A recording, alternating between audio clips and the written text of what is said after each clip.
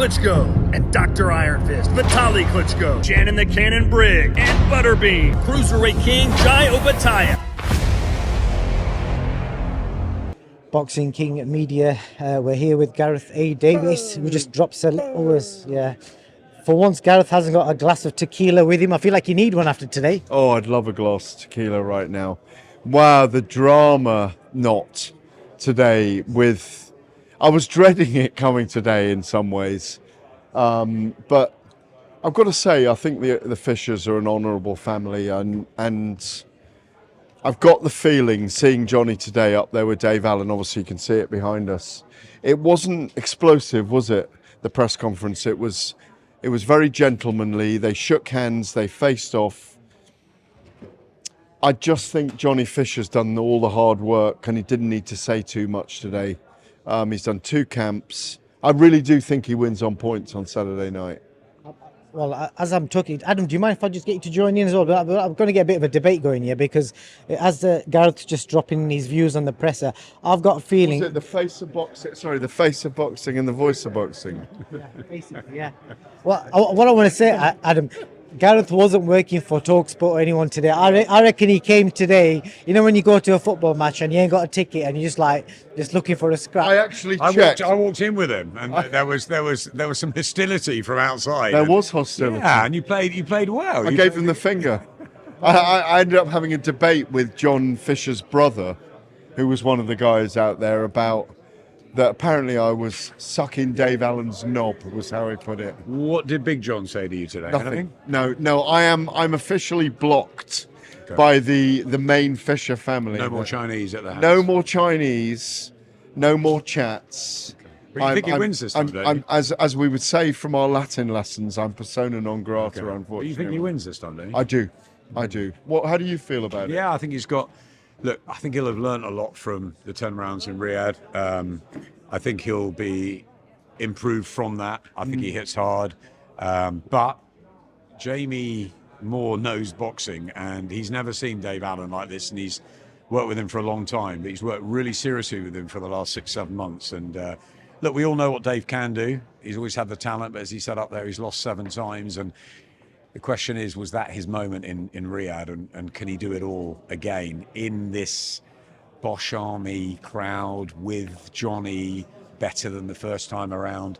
I think it's a tough ask. I think if it goes long again, I think Dave will come on again, but I wonder if it goes long this time. The weird thing is, I had Dave winning last time. Obviously, Johnny won on 2 of the judges' cards. If Dave does win this time on points, and I score Johnny Fisher the winner, hopefully the Fishers talk to me. But if Dave does win on points this time around, they can do a trilogy. And that's what Dave wants. He wants the trilogy. Yeah, and look, he's getting, at this stage of his career, he's getting the big profile again. He's loving it. I mean, I commentated with Dave the other night, and he's just in the best place he's mad, been. Isn't he? He is, but he's in the best place he's been for a long, long time. And we know he's got the ability. If he's got that engine as well, and Johnny isn't better than the first time, then Dave will win this. But I just think Johnny will improve this. Like you did, I did my diligence walking the room, and I spoke to Jamie Moore privately, and he said, honestly, Dave's in the best shape I've ever seen him. He will have told you that as well for your podcast and for your social media. And I needed to speak to Jamie about it because I wondered, I know what Dave earned in Riyadh, because he told me. I know what he's earning here, and it's a decent lump sum. How much more is it? It's about double, which he should be. And if he wins this, then there's more that lie ahead. Yeah, exactly. He knows that. And if it's a controversial decision, look, one of the things that in the long term, when we look back on this in 10 years' time, we'll know that this is either the making or the breaking of Johnny Fisher. Yep. And, bygones will be bygones, and we'll sit with a glass of wine with Big John Fisher and go, God, that sold a trilogy, though. That disgraceful comment, me and Spencer Oliver, diabolical comment on TalkSport, the making of different fighters. If Johnny goes on to win the British title and win the European title, because we've been around it such a long time, you look back on it and it's part of the circus, if you like. Yeah, it's and part of the business. part of the fabric of the business. Yeah. And Dave Allen's had such an incredibly odd career. Yeah, it is odd. And he's still going strong and maybe the best ever. So it's interesting. Can I ask, in the whole seriousness of what we're talking about?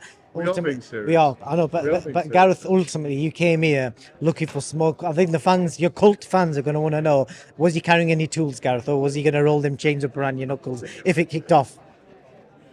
Listen, I've just done an interview with a guy called Gunman, yeah, over in the row for Eddie Hearn.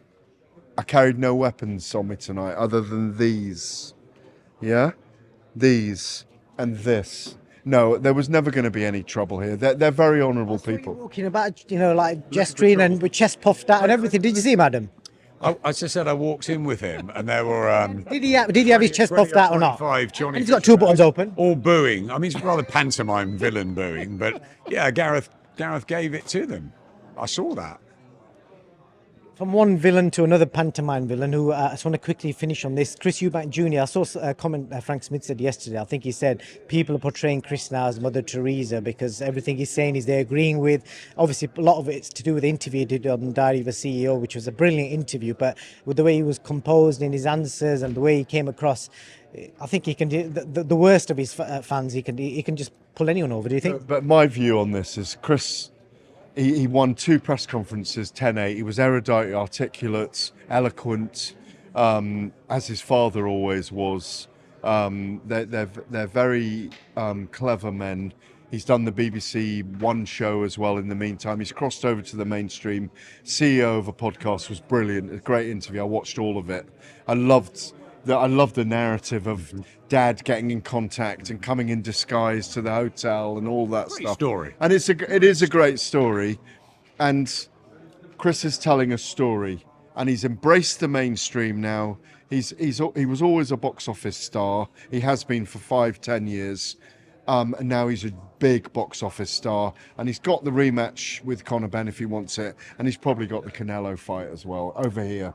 I really admire Chris Eubank Jr. Always have. He's very intelligent. I thought the way he dealt with the whole build-up to the fight was just straight out of a plot, really. I mean, it was just drama all the way, and then the final twist when his dad came out of the car and those ring walks, and then for all of that. You were very excited when that happened on the broadcast, weren't you? I've watched it back, and it's like, oh my word! Absolutely loved it. It was a WWE. It was a moment. shock. It was a surprise. It was unexpected, which is what we love in boxing. As was the text from Dad on the Friday night. Yeah, and it was a surprise to Chris, wasn't it? Yeah, it was, and I think that the best thing of the whole occasion, though, was the fact that the boys delivered such a great fight. Yeah, exactly. They didn't need to go that deep, and they did, and that will sort of resonate with me. For and a long sadly, time. it should be a one and done, but it won't be, because boxing's a business, and they'll both earn 10 million again, and they'll do it again in October, and we'll all enjoy it, and the public will want to see it. Yeah, because it really has crossed over, Of course isn't it has. Yeah. There was one bit that Eddie Hearn, I think Eddie implied that there was a potential that Cena got paid to turn up. He didn't say them words, but he pretty much implied that. Do you believe that was any part in that?